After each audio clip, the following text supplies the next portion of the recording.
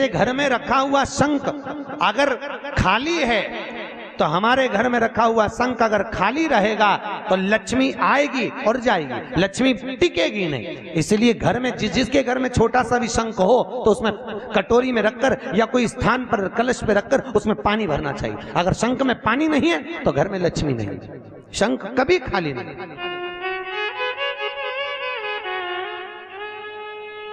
33 करोड़ देवी देवता में केवल एक भगवान शंकर हैं जिनके ऊपर शंख का जल नहीं चढ़ता, केवल एक शिव शंकर के ऊपर शंख का जल नहीं चढ़ता, क्योंकि शंकाचूर राक्षस को भगवान शिव ने मारा था और शंकाचूर राक्षस की हड्डी से शंख जाति का निर्माण हुआ था, इसलिए शंख का जल शिव जी पे नहीं चढ़ता। शास्त्र कहता है जो भूल से भी शंख का जल शंकर को समर्पित कर देता है 1000 ब्राह्मण की हत्या के बराबर उसको दोष लग जाता है, इसलिए शंख का जल शंकर को समर्पित नहीं। जिस व्यक्ति को नलियां चौक हो गई हों, डॉक्टर ने बोला बाईपास कराना पड़ेगा, उसको कुछ नहीं करना चाहिए। 7 बेर, बेर जानते हो क्या बोलते हैं यहाँ पर? बेर, बेर बोलते हैं। 7 बेर प्रत्येक शिवरात्रि को शंकर जी के ऊपर समर्पित करना चालू कर दो। 7 बेर, जिंदगी में कभी बाईपास कराने की जरूरत नहीं पड़ेगी, केवल 7 बेर। उसमें से 1 बेर 7 बेर चढ़ाओ, 1 बेर उठा के लाओ और वो व्यक्ति को खिला दो जिसको बाईपास के लिए डॉक्टर ने बोला। फिर दूसरी बार चेक करवाना, वो खुद कह देगा कि बाईपास की जरूरत ही नहीं है, नाड़ियां क्लीन है एकदम, अटैक की बीमारी नहीं होती, हार्ट अटैक नहीं आता उस व्यक्ति जिसने प्रत्येक हर महीने की शिवरात्रि पर 7 बेर शिव को समर्पित करना चालू कर दिया, उसको कभी अटैक नहीं आ सकती, हार्ट अटैक की बीमारी नहीं। हमारा शिव दयालु, कितना कितना भाई, सती और शिव का जहां विवाह हुआ था ना, क्या बोलते हैं, त्रिजुगी नारायण। कौन कौन गया रात था? केदारनाथ से 12 किलोमीटर इधर गौरीकुंड से त्रिजुगी नारायण है, जहां शिव और सती का विवाह हुआ था, जहां पर माता सती शंकर के साथ में जब विवाह करी थी तो 7 जगह पर रुकी थी। सती मैया के रुकने पर वहां कुंड बन गए थे 7। आज भी शंकर और सती के विवाह की अग्नि वहां पर जल रही है, आज भी विवाह किया।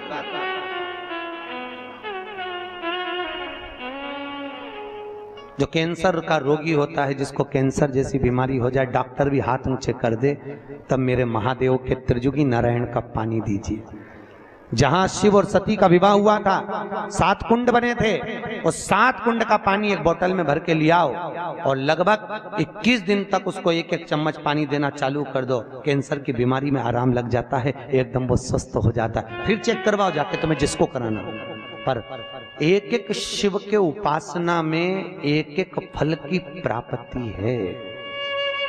फिर वही वाली बात आ गई, चोटे को कुबेर बना दिया दादा, चोर को कुबेर। तो फिर सोचो, तुम तो शिव महापुराण की कथा सुन रहे हो, ये दादा है बाबा है। कहते हैं दादा की गोद में जब पोता बैठता है ना, खाली नहीं उठता, उसको दादा 5 रुपए 10 रुपए या टॉफी देकर ही भेजता है।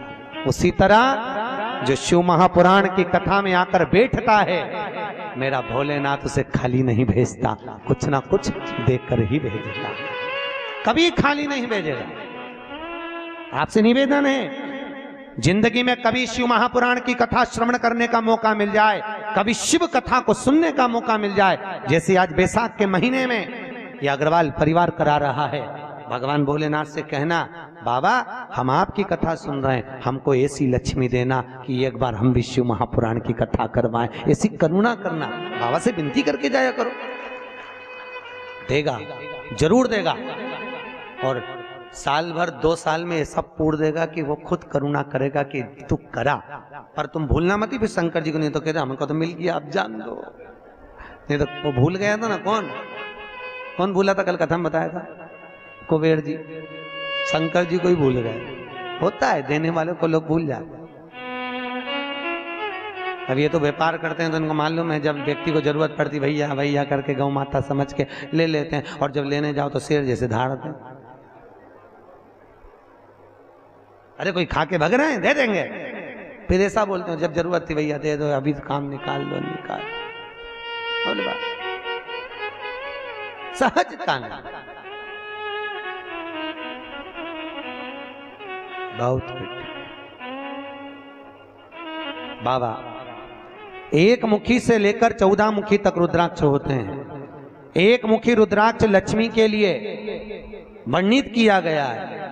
सबसे श्रेष्ठ रुद्राक्ष 7 मुखी होता है। कौन से नंबर का?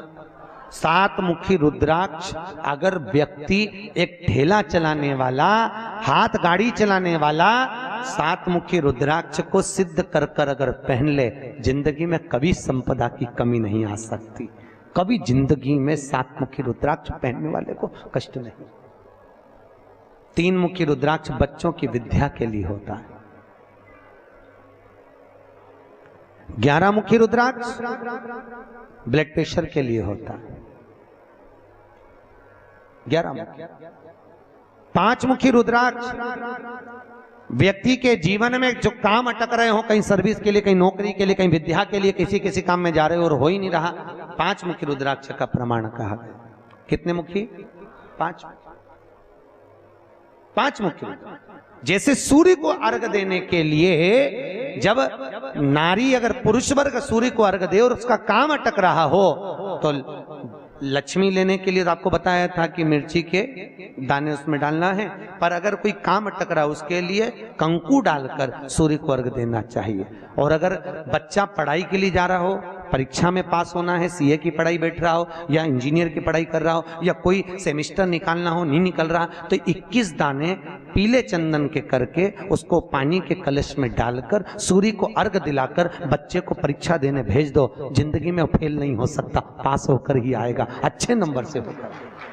तो अक्षत डालकर भेजा, अक्षत डालकर सूर्य का अर्घ भी मूलता।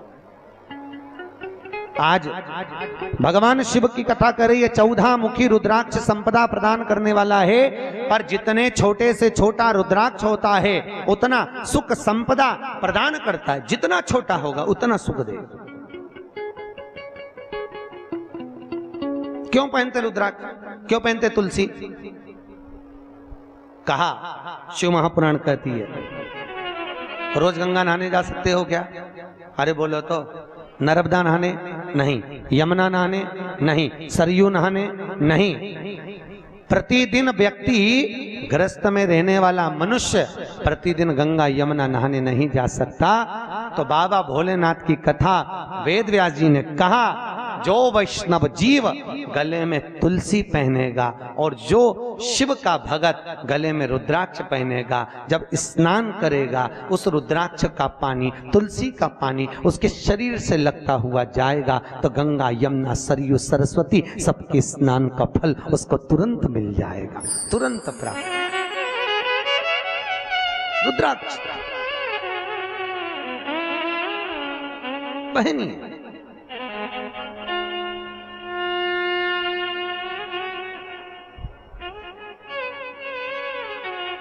और रुद्राक्ष पहनो तो टेस्टेड, बिल्कुल ओरिजिनल पहनना। धारण करिए, आजकल बहुत रुद्राक्ष मिलते हैं पर ओरिजिनल नहीं मिल पाते, टेस्टेड होना चाहिए। रुद्राक्ष की मूलता है, उसको पहन धारण करिए। शिव का स्मरण कर कर, सबका मंत्र अलग अलग वर्णित किया गया है शास्त्रों में। फिर आगे जो प्रमाण कहा गया बाबा भोलेनाथ ने, सुंदर आनंदमय सुख धारण कर कर कहा। भगवान शिव की आकाशवाणी होकर ब्रह्मदेव से कहा, ब्रह्मा 4 उंगल का शिवलिंग और मूर्ति घर में पूज्य होगी। मंदिर के अंदर अपने घर में ज्यादा बड़ी मूर्ति नहीं रखना चाहिए। मूर्ति अपने भूमि से 4 अंगुष्ठ के बराबर की होना चाहिए। इससे बड़ी मूर्ति घर में श्रेष्ठ होती है। और घर में जो भी मूर्त रखो, शिवलिंग रखो, गणेश जी रखो, लक्ष्मी रखो, ठाकुर जी रखो, नारायण लक्ष्मी रखो, पर वो पोले नहीं होना चाहिए, अंदर से ठोस होना चाहिए। जो मूर्ति अंदर से पोली होती है वो घर को पोला कर देती है।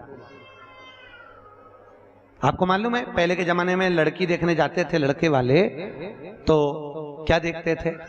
लड़की का मुख देखकर आते थे। क्या देखते थे? उसका पाँव। अरे जम के तो बोलो, क्या देखते थे? उसका पैर देखते थे, पाँव, पाँव देखते थे। क्या करते थे, लड़की से कहते जा बेटा पाँव को गीला करके आ। लड़की पाँव को गीला करके आती थी, उसको चला कर देखते थे। जिसका पाँव गीला करने के बाद पत्थर पर जम जाए समझ लो घर को जमा ले। पाँव पोला निकल गया समझ लो घर को। पहले मुख नहीं देखते थे, पहले पाँव। अब आज के जमाने में तो मुख देखकर विवाह किया जाता है। लड़की घनी सुंदर है। हमारे पास ही लोग आते हैं, महाराज अग्रवाल जी बहुत लोग आते हैं, कहे गुरुजी हम लड़के की लड़की देख के आए, देखो गुरुजी कैसी है, बहुत जोरदार लड़की। हम 8 लोग गए गुरुजी, बिल्कुल नहीं बोली, इतनी जोरदार लड़की। हम 4-5 घंटा बैठे, बिल्कुल नहीं बोली। आप बताओ कैसी है? हमने कहा कैसी है वो तो तुम देखिए, पर वो काय को बोलेगी, अभी काय को बोलेगी, जब वो बोलेगी तो तू भी डोलेगी। बोलेगी बोलेगी।